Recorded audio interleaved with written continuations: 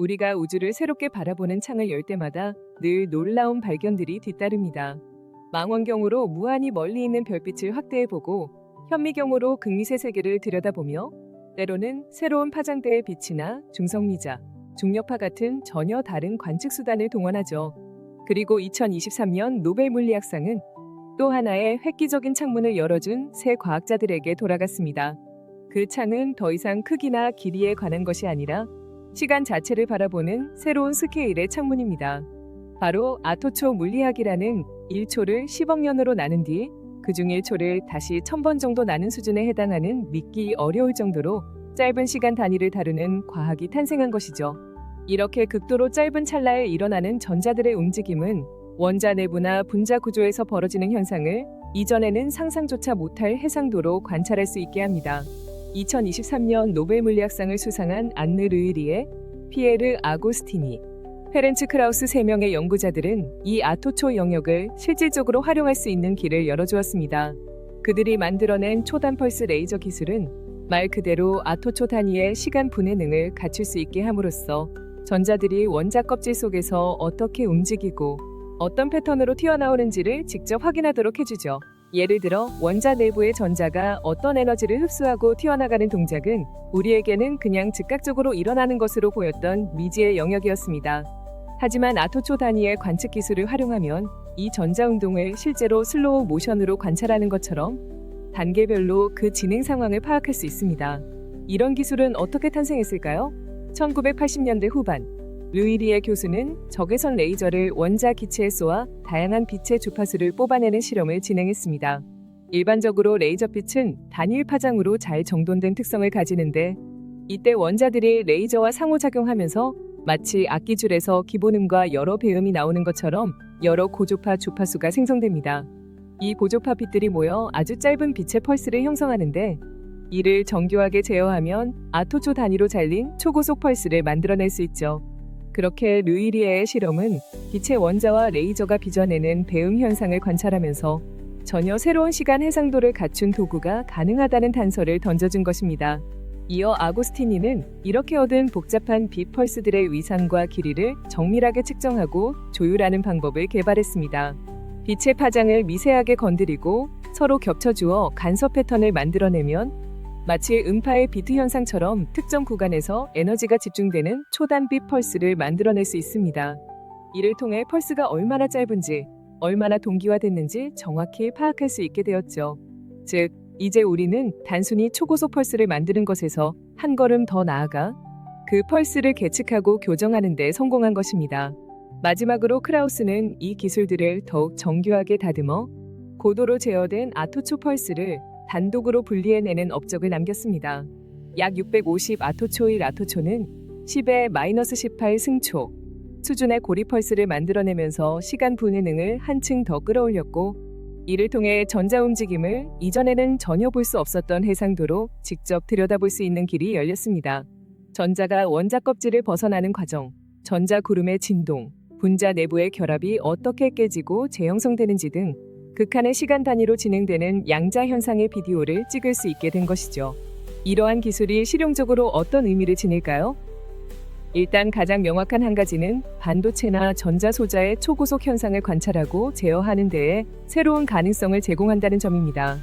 예를 들어 트랜지스터 안에서 전자가 흐르는 속도나 전기적 신호가 스위칭되는 과정을 아토초 단위로 쪼개서 본다면 지금까지 더 빠른 소자를 만들기 위해 감에 의존하던 부분들을 더욱 정확히 이해하고 최적화할 수 있을 것입니다.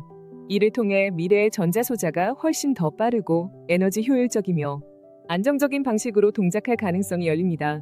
크라우스 연구팀이 언급한 바에 따르면 아토초 측정 기술을 활용하면 반도체 공정에서의 속도 향상이나 나노스케일 전자 흐름 제어가 가능할 수 있고 이는 우리가 속도 한계라고 여겼던 문턱을 다시 밀어내는 중요한 계기가 될 수 있습니다.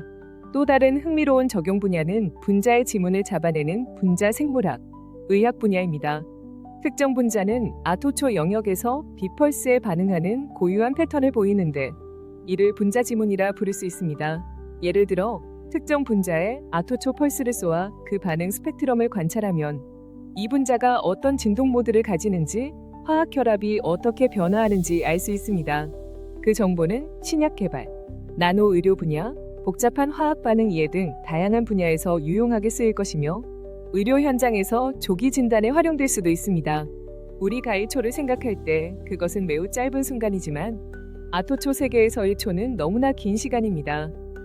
1초 동안 무수히 많은 아토초들이 지나가며 그 사이에 전자나 광자의 상호작용 수백억 회가 벌어질 수 있습니다. 이제 인류는 이 미묘하고 은밀한 시간의 틈새를 들여다볼 수 있게 된 것입니다.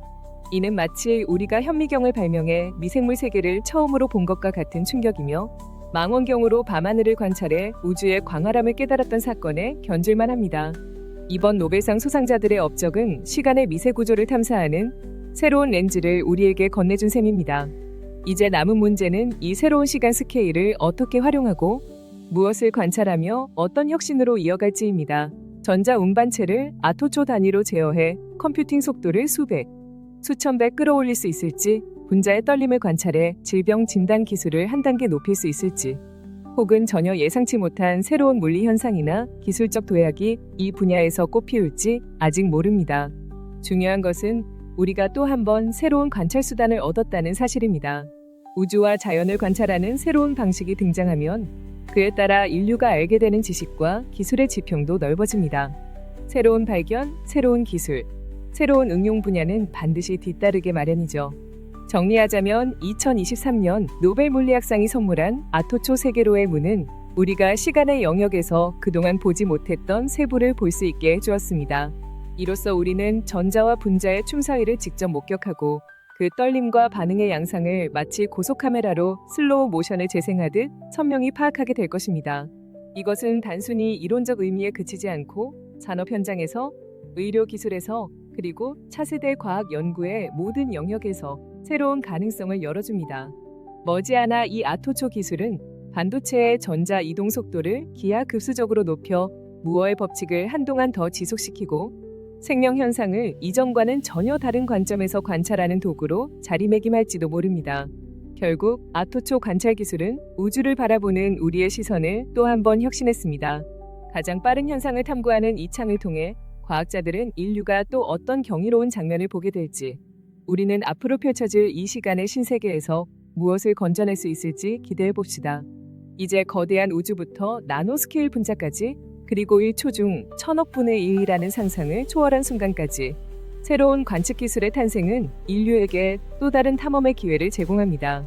각 분야의 학자들, 엔지니어들, 의사들, 그리고 궁금증을 품은 모든 사람들이 이 아토초 시대를 어떻게 활용할지 지켜보는 일은 커다란 즐거움이 될 것입니다.